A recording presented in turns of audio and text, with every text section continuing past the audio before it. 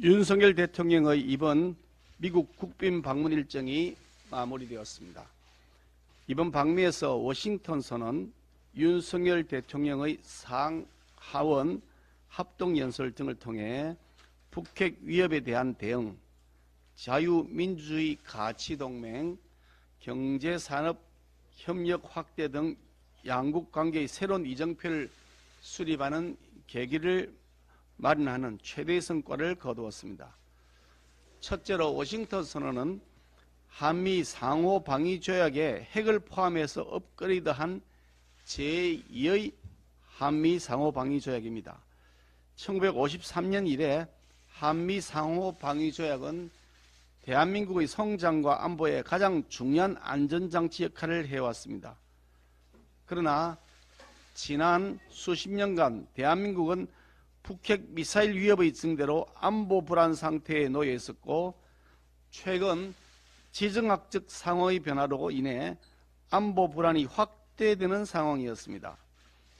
그런데 이번 정상회담에서 양국은 핵 협의 그룹을 설치하여 우리나라가 핵 운용에 대한 발언권을 가질 수 있는 장치를 마련함으로써 북핵 대응에 특화된 확장 억제력을 대폭 강화했습니다.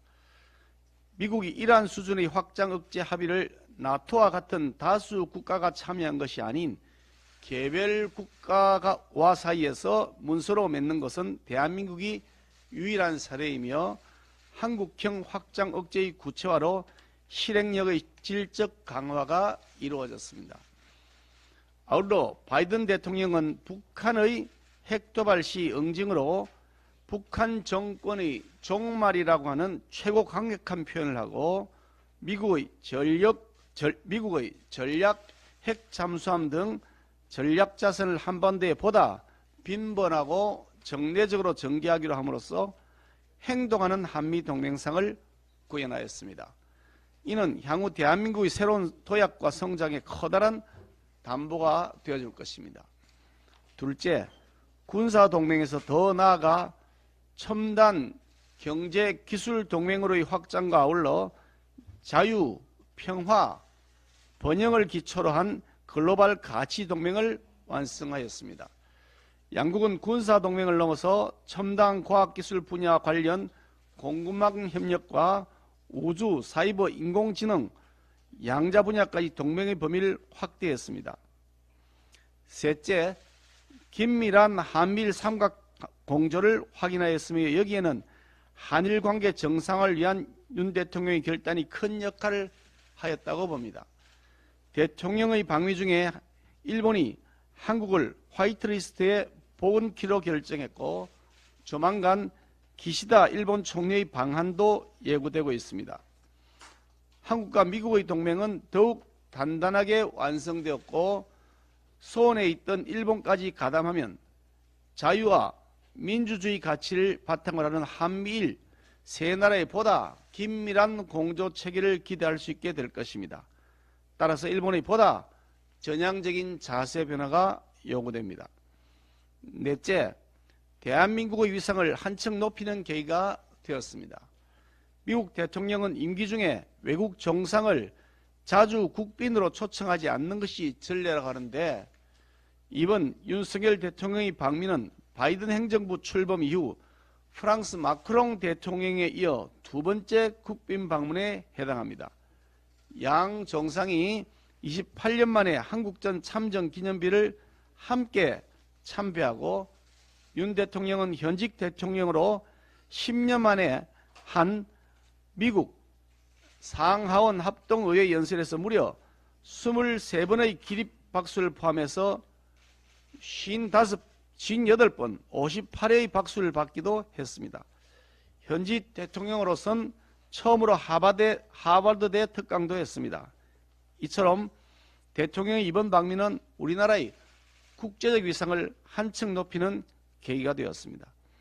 다섯째, 경제적인 측면에서도 가시적 성과가 충분했습니다.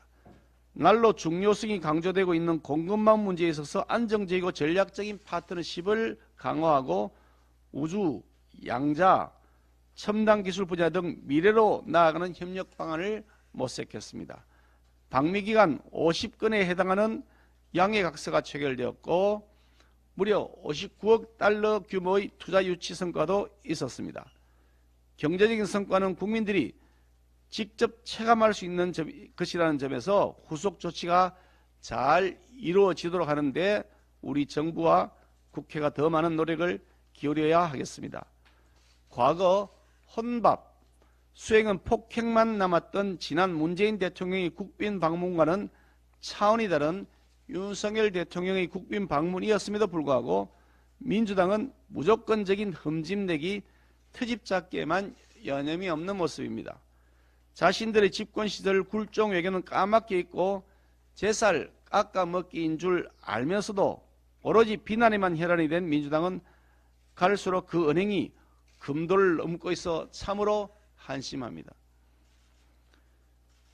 민주당의 원내대표 관련 말씀을 드리겠습니다. 민주당 새 원내대표로 박광원 의원이 선출됐습니다. 당선 인사에서 국민과 함께 가고 국민과 협치하겠다는 말을 하셨는데 환영의 뜻을 표하는 바입니다.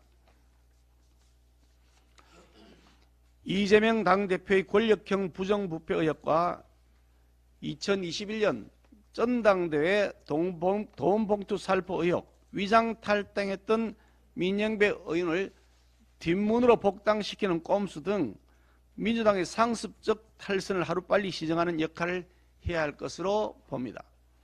무역 적자와 경상수지 적자, 고환율, 고물가, 한계에 다다른 가계부채 등 여야가 머리를 맞대고 풀어야 할 숙제들이 산적해 있습니다. 당선 인사 말씀처럼 진정으로 국민과 함께 가는 민주당이 되기를 바랍니다. 격주로 금요일마다 재판정에서 당문을 보고 있는 이재명 대표의 볼썽사나운 모습과는 다르게 상식이 통하고 양식이 있는 민주당 리더의 모습을 기대합니다. 민생 챙기기를 누가 더 잘하는지 민생 경쟁을 합시다. 마지막으로 근로자의 날 관련해서 말씀드리겠습니다. 오늘은 근로자의 날이자 제133주년 세계 노동절입니다. 저마다의 자리에서 맡은 바 임무를 수행하고 계시는 모든 근로자분들에게 진심으로 감사 인사를 드립니다. 근로자의 땀방울은 세상을 움직이는 힘입니다. 모든 근로자가 노동의 가치를 제대로 인정받을 수 있도록 우리 국민의힘이 앞장서 노력하겠습니다. 그뿐만 아니라 노동 현장의 불법과 부조리를 바로잡고 사용자의 부당함으로부터 선량한 근로자들이 피해를 받지 않도록 하는 것 또한 주저하지 않겠습니다. 근로자 여러분들의 노고가 제대로 존중받는 나라 만드는 데 앞으로도 정부 여당이 힘을 쏟도록 하겠다는 말씀을 드립니다.